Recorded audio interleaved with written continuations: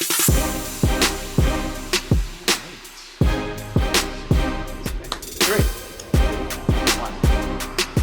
here we go now, baby. Welcome to the Covers NBA show for Wednesday, March 25th. My name is Joe Osborne. That guy right there is John Metler.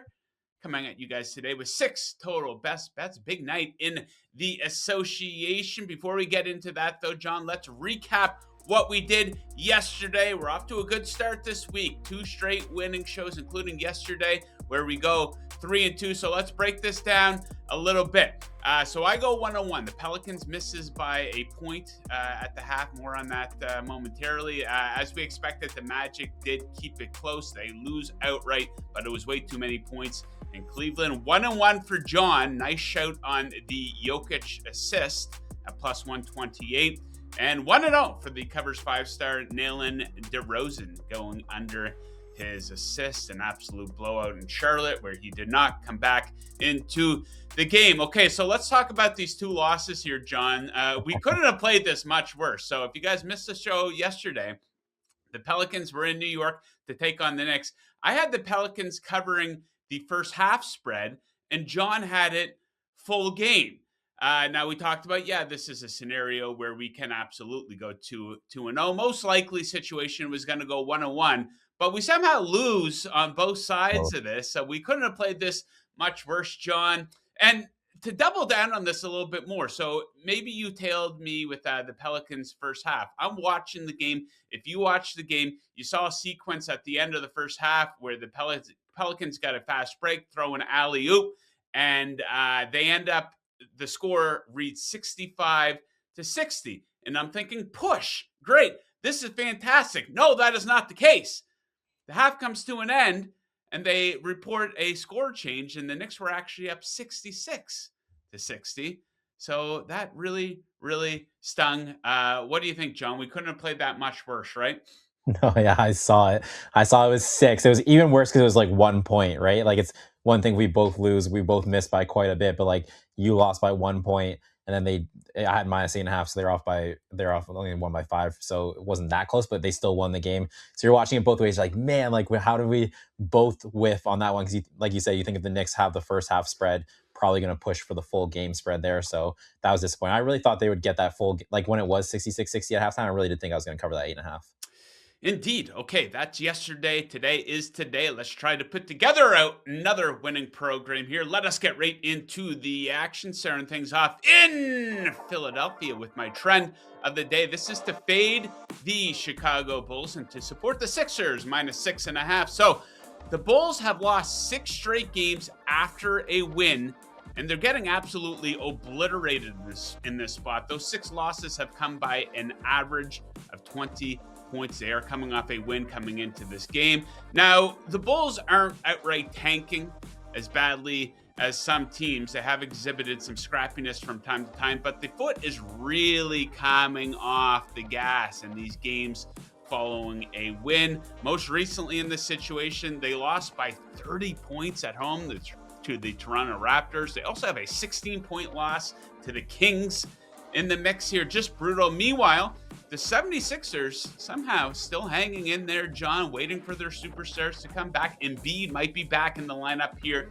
tonight. I'm still fine with this bet at 6.5 if he does not play. They're just a game behind the Atlanta Hawks for the 6th seed in the East. Meanwhile, they have a bunch of teams breathing down their neck as well. And the game situation is absolutely fantastic for the Sixers.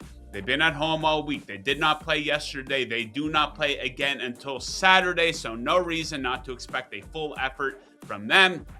The Bulls, when they go on the road, they've been one of the worst teams in the NBA since the calendar flipped to 2026. And after a loss, has been a good spot to bet on Philadelphia. They're coming off a loss to the OKC Thunder. They're covering at 62.5% this season in that spot. So give me the Sixers to cover at home tonight versus the Chicago Bulls. Okay, John, a trio of bets for you. A couple spreads here.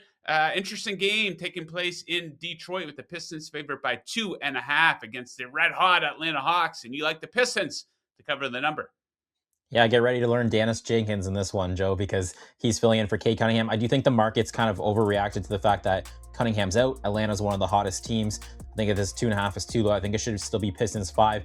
That's also with Jalen Johnson playing. He's questionable in this one. So if he sits out, that obviously helps the matchup there for the Pistons as well. You just look at how the Hawks are kind of structured. You have Nickeil Alexander-Walker, you have Dyson Daniels. They're good point of attack defenders. But the concern for the Pistons offense is more going to flow through the front court now. Tobias Harris, Jalen Duren, they're the guys getting all the touches. And on Yeko Kongwu, I just don't think he's big enough to handle the sheer size of Jalen Duren. I also think of Star Thompson. If Jalen Johnson does play, Star Thompson's a really good defender, and I feel like he can kind of slow down his offense, his slasher type offense, and how he creates for everyone. So I feel like the matchups are still kind of there. I think the Pistons have enough offense. I think they can really work the inside against the Atlanta Hawks. So I'm going to take the Pistons minus 2.5. Okay, next up, we have another important game in the Eastern Conference. Cavs, second game of a back-to-back for them. They're favored by 3.5 points against the Miami Heat, and you are jumping on the underdog. Yeah, I can take the Heat. We were talking about the back-to-back. We talk about this all the time. Not every back-to-back is equal in the NBA. True. I feel like this is a tough one. You're playing yesterday, Orlando Magic, close game, physical game, kind of like a rivalry a little bit between those two teams. And now you come the second night of back-to-back, and you're going against an Eric Spoelstra-led, Miami Heat team, never an easy team to play against. And they're fully healthy. And I think that's really what made me jump onto this one too, because now when you push, like Norman Powell's now coming off the bench, Jaime Jaquez is there. You also have Khalil Ware coming off the bench. There's a lot of firepower off the bench now that this team is fully healthy. And Jarrett Allen could come back for the Cavs in this one. And you have the jumbo front court of Evan Mobley, Jarrett Allen, but they can match it. They got Bam Adebayo, they got Khalil Ware. I felt like this game should be closer to a pick 'em more because of the back-to-back. So at plus 3.5, give me the Miami Heat. Okay, next up, John, you've been red hot with these plus money assist props. Let's try to hit another one. Darius Garland, 8 or more assists, coming in at plus 130 against the Raptors. Why do you like this prop? Yeah, the Raptors, they play a heavy switch system on defense, and I feel like Garland's one of those guards who can really manipulate that and kind of get the switches he wants. I think if he can get the smaller guards or smaller wings onto the, like a Brook Lopez or a John Collins, I think that opens up really high value potential assists for Darius Garland. And then you also just look at, he doesn't play many minutes. You kind of pinpoint this at 30 minutes for him. He did have a game recently, which kind of jumped up in the box score. He had 39 minutes. It was an overtime game, so obviously that helps. But even just the fact that he played 39 minutes, it kind of makes me feel like they maybe push him past, that 30-minute mark, which also helps with Darius Garland. I just really like this from a matchup standpoint. I think there's a lot in play here. And the normal price is 6.5 minus 140. I'd go for the 8+ at plus 130. Okay, next up for me, I'm going to go right back to the well on backing the best first half team in the NBA. Might surprise you to hear that it is the Portland Trailblazers, favored by 7.5 at home in the first half versus the suddenly disgraceful Milwaukee Bucks. So let's back Portland here. Why do I like them? They rank first in first half net rating and first half point differential over the last 10 games. Milwaukee, meanwhile, near the bottom of the league in each of these categories. The Bucks just an absolute mess right now with this Giannis situation. It's getting really ugly, and I think they're going to have a lot of trouble generating offense in this one. 29th in offensive rating over the last 10 games. Defense have been the bread and butter for Portland here lately. They rank second in defensive rating in the span. And Portland is not playing down to the competition. They're coming out absolutely flying versus inferior teams here lately. Halftime leads of 18 and 24 in games versus the Nets recently. 2 separate games versus the Pacers where they led by 17 at the half as well. So I do like that pattern to continue against the Bucks, and I will take Portland to cover that first half number. Okay, John, the cover's 5-star projection. These are off to a good start this week. It ends up hitting on DeMar DeRozan on his assist total. Let's go for another winner here tonight. The model like Cedric Howard. We talked about this before the show. Kind of an unfortunate last name. Coward. We made sure John double checked for us that that was the correct pronunciation of that. Either way, he's having a good month. The model likes over 11.5 points against the Spurs with the model projection 15.2 for him. He's gone over this number in 5 of 6 games this month. John, what do you think of this bet from the model this evening? We're getting a lot of Memphis Grizzlies, that's for sure, because the minutes manipulation stuff. He was a NBA draft darling too. I think a lot of people like him. I do think he's probably one of the better rookies who comes out of this. Haven't really fully seen it because the Grizzlies are tanking, but where they got him and how he's played, and he also has a chance at an elevated role tonight because Ty Jerome is out Ty Jerome's kind of been the one who's been controlling all the offense here. So you can see why the model likes the over there with Cedric Coward. Probably the usage more does flip to him. It won't be high minutes, but the usage he should see a ton of usage in this game.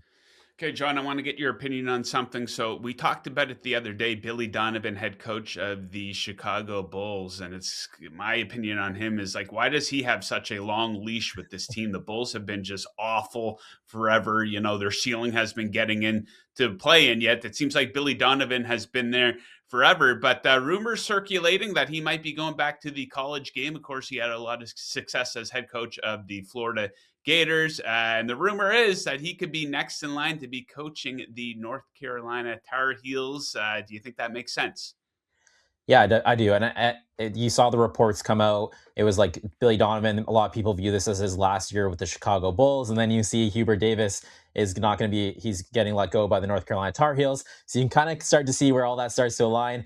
Billy Donovan does feel like his NBA coaching career has kind of been in cruise control for many, many years now there with the Chicago Bulls. Not shocked he would jump back to college, especially for a blue blood in North Carolina. That is one of the best jobs in all of college basketball. So, and obviously like he won the back-to-back national championships with Florida. I do think he, in this like nil era, I do feel like he has a very powerful pitch to a lot of guys where you will come to North Carolina, you want to play in the NBA. I coached in the NBA. I coached some NBA superstars. I know what it takes to play in the NBA. I was there for quite a while. I was successful in college. You'll have success here in Carolina. I also know how to develop you to be an NBA player. I feel like that would really, really help him when he jumps back to North Carolina if he does choose that path. So I wouldn't be shocked at all if there's mutual interest there. Yeah, he's probably better suited for the college game. I would call his NBA coaching career to be a disappointment. I think it is fair to say that. Okay, let's recap the picks from today. I like the Sixers favored by 6.5 points. I like the Blazers first half minus 7.5. A trio of picks for John. Pistons minus 2.5, hosting the Hawks. Heat plus 3.5 at the Cavs. And Darius Garland, 8+ assists, plus 130 against the Raptors. And the covers 5-star projection of the day, Cedric Coward to go over 11.5 points against the Spurs. Okay, that does it for today. We're going to be right back with you guys again tomorrow. Thank you very much for tuning in. Enjoy the games tonight, and best of luck with all your bets.